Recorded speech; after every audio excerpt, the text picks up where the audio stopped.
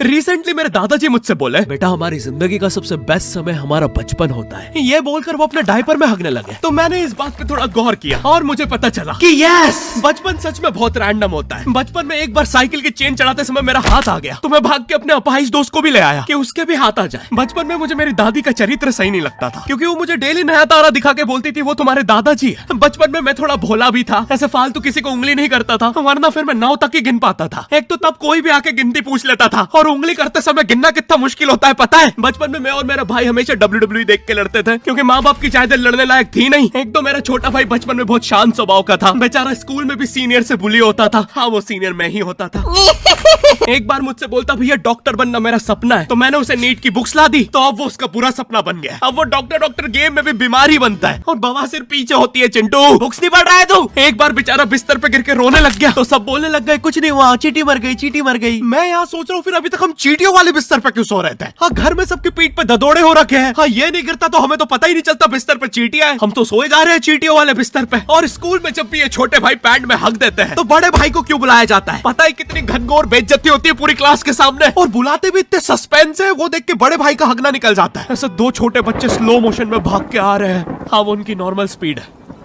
मैं देखता हूँ मेरे भाई को क्राइम सीन से 2 पियून पकड़ के ले जा रहे हैं। उसे ब्राउन रंगे हाथों पकड़ लिया गया। मेरे भाई ने मुझसे जाते जाते कहा, मुझे फंसाया जा रहा है।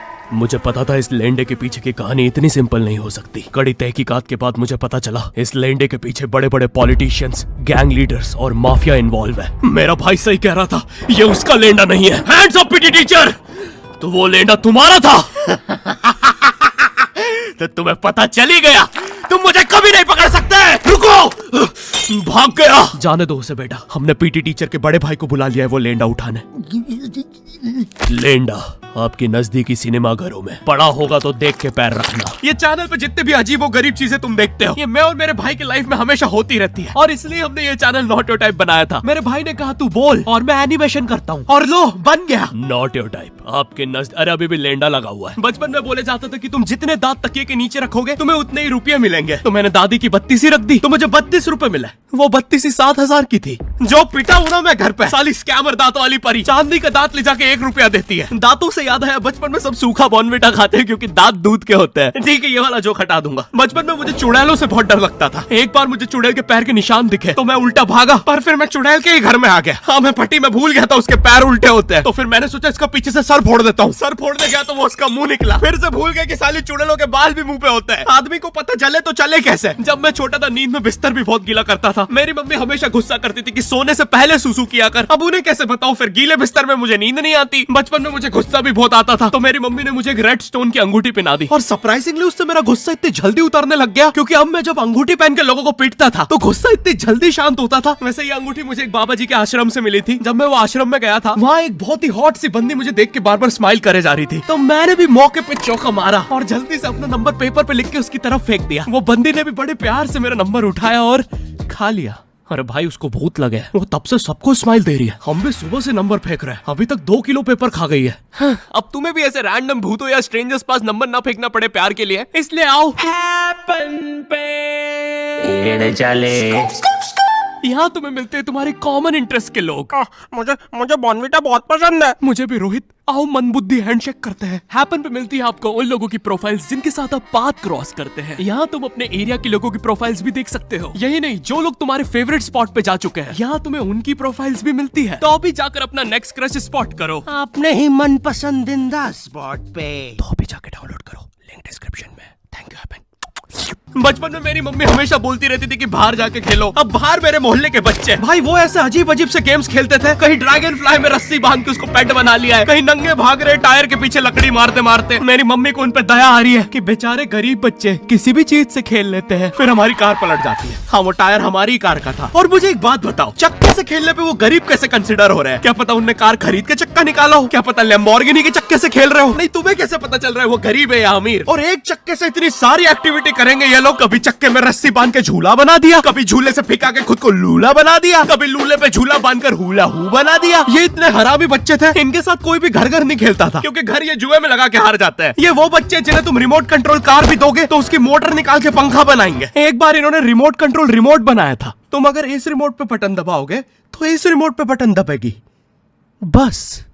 ये लोग मकर संक्रांति के दिन पतंग भी लूटते थे दुकानों से। पतंग से याद है मैं बचपन में अपने दोस्त जनक के साथ बहुत पतंग उड़ाता था। जनक गुजराती था और गुजराती लोग तो बहुत बड़े पतंगबाज होते हैं। वो लोग गला काटने के बाद भी काहे पोचे चिल्लाते हैं। जनक मेरे घर पे इतना बड़ा गिर्रा लेके आता था पतंग उड़ाने। उसमें पता नहीं कितने 1000 किलोमीटर का मांझा लपटा होता था। हम दोनों का सपना था उस गिर्रे की पूरी ढील देना। एक बार तो गिर्रा खाली होने ही वाला था पर वो पतंग आ तो घूम के हमारे पीछे से आ गई। हमने हमारी पतंग काट दी। तो इस बार हमने सोचा पतंग पूरी परपेंडिकुलर उड़ाएंगे, स्ट्रेट। हमने 2 घंटे ढील दी। वो मांझे में वेव सिग्नल आने लग गए प्राचीन भाषा में। हमें लगा हमने एलियंस ढूंढ लिया बट फिर धीरे से वो सिग्नल क्लियर हुआ। हमें पता चला हमने कोई नासा का 100 मिलियन का टेलीस्कोप काट दिया। पतंग नीचे ले, टेलीस्कोप काट दिया।